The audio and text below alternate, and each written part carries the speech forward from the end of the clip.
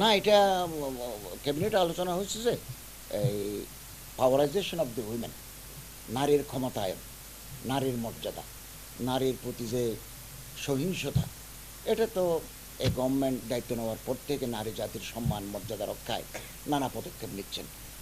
নারীর প্রতি যাতে কোনো ধরনের কোনো অসম্মান অমর্যাদা না হয়, তারা যাতে যেহেতু তারা সমাজের অর্ধেক, আমাদের জনসংখ্যার অর্ধেক, এবং বিভিন্ন গুরুত্বপূর্ণ দায়িত্ব তারা পালন করছেন, এবং আমাদের ক্যাবিনেটেও 4 জন সম্মানিত নারী আছেন। তো এই প্রসঙ্গ মাঝে মধ্যে উঠে, আজকেই উঠছে যে যে নারী সাংবাদিকের প্রতি বৈষম্য করা হয়েছে। আমরা একটু অনেকে আমার কাছে জানতে চেয়েছেন, আমি একই কথা ওখানে বলেছি। আর আমার ধর্ম মন্ত্রণালয়ে সবসময় নারী পুরুষ সাংবাদিক যারা আপনার পেশাগত দায়িত্ব পালন করবেন তাদের জন্য দরজা উন্মুক্ত আছে, ছিল, থাকবে। গেল তো, আর তো কথা নাই।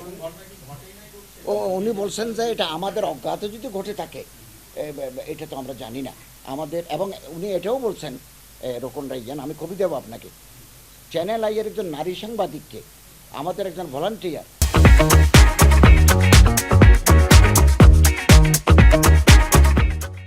নিজে রিসিভ করে অনুষ্ঠানে নিয়ে গেছেন, এবং তিনি অনেকক্ষণ ধরে নিউজ ও ফুটেজ সংগ্রহ করেছেন। তাহলে এটা তৃতীয় কোনো পক্ষ অতি উৎসাহী হয়ে করতে পারে।